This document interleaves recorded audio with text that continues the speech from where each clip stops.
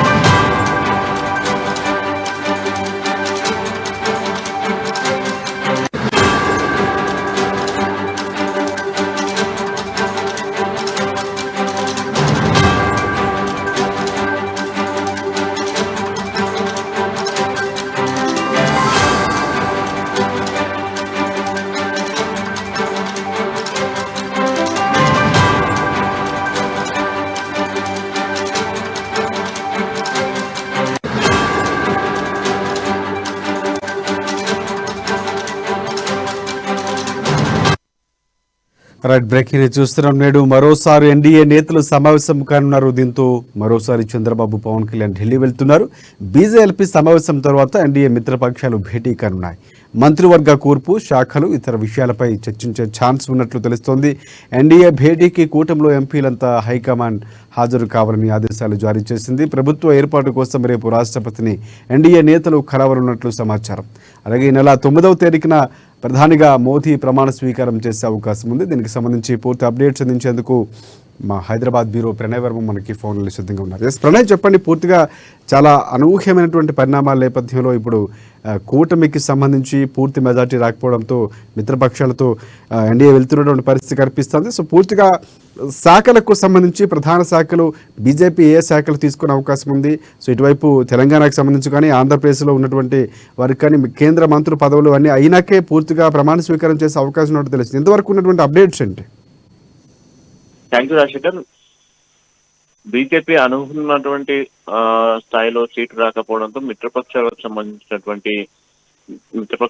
కలిసి government form చేసేందుకు పూర్తి స్థాయిలో కూడా బీజేపీ సన్నద్ధం అవుతున్న సిచ్యువేషన్స్ కనబడతా ఉన్నాయి. కేంద్రంలో అధికారం రావడం కోసం దాదాపుగా కూడా బీజేపీ ప్రయత్నం చేసినటువంటి నేపథ్యంలో కూడా ఇతర రాష్ట్రాలలో కూడా అనుకున్న స్థాయిలో కూడా ఈసారి అవకాశం దక్కలేదనే చెప్పుకోవాలి. దాదాపు ఎన్డీఏ కూటమికి సంబంధించి దాదాపు 400 స్థానాలకు గాను 400 స్థానాల్లో పోటీ బలంగా ఇస్తాం అనుకున్నటువంటి బీజేపీకి సంబంధించి ఈసారి కొంత క్లిష్ట పరిస్థితి ఏర్పడిందని చెప్పుకోవాలి. భారత్ జోడో యాత్ర, అదేవిధంగా భారత్ న్యాయ యాత్రతో కాంగ్రెస్ ఈసారి దూసుకొచ్చిన పరిస్థితి కనబడతా ఉన్నాయి. దాదాపు 234 స్థానాల్లో కాంగ్రెస్ పార్టీ ఆధిక్యం సాధించిన నేపథ్యంలో కూడా అదే స్థాయిలో బీజేపీ సాధించడంతో కొంత మనకు కంప్లీట్ గా కూడా ఎన్డీఏ కూటమికి సంబంధించి మిత్రపక్షాల అవసరం ఏర్పడిందని చెప్పారు. ఈ నేపథ్యంలో మరొకసారి మిత్రపక్షాలతో ఈరోజు భేటీ కాబోతా ఉన్నారు.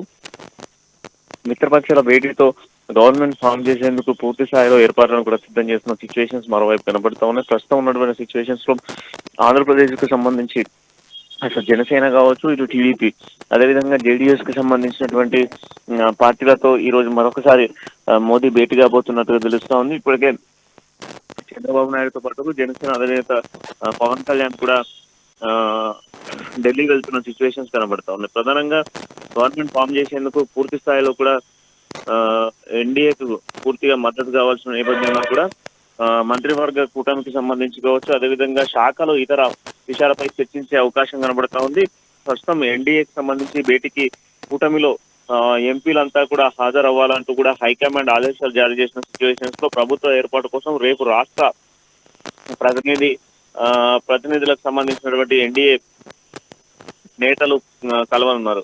ఈ నేపథ్యంలో కూడా ఈ నెల 9న ప్రధాని మోదీ ప్రమాణ స్వీకారం చేయబోతా ఉన్న నేపథ్యంలో కూడా ప్రమాణ స్వీకారానికి సంబంధించి మంత్రివర్గానికి సంబంధించినటువంటి చర్చ భేటీలు కొనసాగేటువంటి అవకాశాలు కనబడతా ఉన్నాయి. పూర్తి స్థాయిలో కూడా మంత్రివర్గంలో ఎవరెవరికి ఏ శాఖలు ఇవ్వబోతా ఉన్నారో తెలంగాణ, ఆంధ్రప్రదేశ్, అదేవిధంగా ఇతర రాష్ట్రాలకు సంబంధించినటువంటి నేపథ్యంలో కూడా మిత్రపక్షాల నేపథ్యంలో ఆ మిత్రపక్షాలకు ఏ శాఖలలో ఆధిక్యం ఇచ్చేటువంటి అవకాశం ఉన్న దానిపైన భేటీ కాబోతా ఉన్నారు. పూర్తిగా కూడా మిత్రపక్షాలకు సంబంధించి ఎవరికి ఏ శాఖలు ఇవ్వబోతున్నారో అనే దానిపైన పూర్తిగా కూడా కొంత ఉత్కంఠ నెలకొందని చెప్పుకోవాలి. ఎందుకంటే ప్రధానంగా మొదటి నుంచి ఇటు ఆంధ్రప్రదేశ్ కి సంబంధించినటువంటి 24 స్థానాల్లో ఇప్పటికే ఇటు జనసేనతో పాటుగా దాదాపు 20 స్థానాల్లో జనసేనతో పాటుగా టీడీపీ కూటమి ముందంజలో ఉన్న నేపథ్యంలో అటు జేడీఎస్ కు సంబంధించినటువంటి 20 స్థానాలు కూడా ఉన్నాయి. ఈ నేపథ్యంలో పూర్తిగా కూడా 292 సీట్లతో బీజేపీ గవర్నమెంట్ ఫామ్ చేసేందుకు ఏర్పాట్లను సిద్ధం చేస్తాం.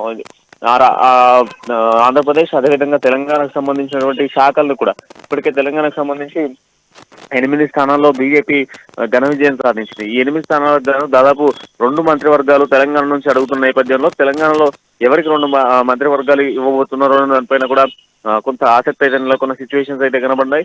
అదేవిధంగా ఆంధ్రప్రదేశ్ కు సంబంధించి 2 మంత్రివర్గాలు, ఒక సహాయక మంత్రివర్గం, అదేవిధంగా 2 మంత్రివర్గాలు, మొత్తం 3 ఆంధ్రప్రదేశ్ కి ఇచ్చేటువంటి అవకాశాలు కనబడతా ఉంది.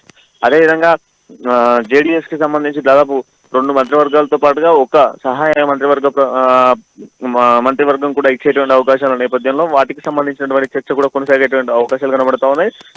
ఈ రోజు భేటీ, అదేవిధంగా రేపు కూడా భేటీకి సంబంధించినటువంటి ఈ మంత్రివర్గాలకు సంబంధించి కేంద్ర మంత్రివర్గాలకు సంబంధించినటువంటి సమావేశాలు కొనసాగేటువంటి అవకాశాల నేపథ్యంలో పూర్తిగా కూడా వీటిపై చర్చించేటువంటి అవకాశాలు కనబడుతూ ఉన్నాయి. ఈ రోజు నుంచి రేపటి వరకు దాదాపు వీటిపై కొంత చర్చ కొనసాగిన అనంతరం కూడా ఎవరెవరికి ఏ మంత్రివర్గ పదవులు ఇవ్వబోతా ఉన్నారు, అంతేకాకుండా ఆంధ్రప్రదేశ్ కి బాబు మొదటి నుంచి కూడా ప్రత్యేక హోదా కల్పించాలంటూ కూడా కోరుతున్న నేపథ్యంలో దానికి సంబంధించినటువంటి చర్చ కూడా కొనసాగేటువంటి అవకాశాలు కనబడుతున్నాయి. Shekhar, thanks for updates Pranay.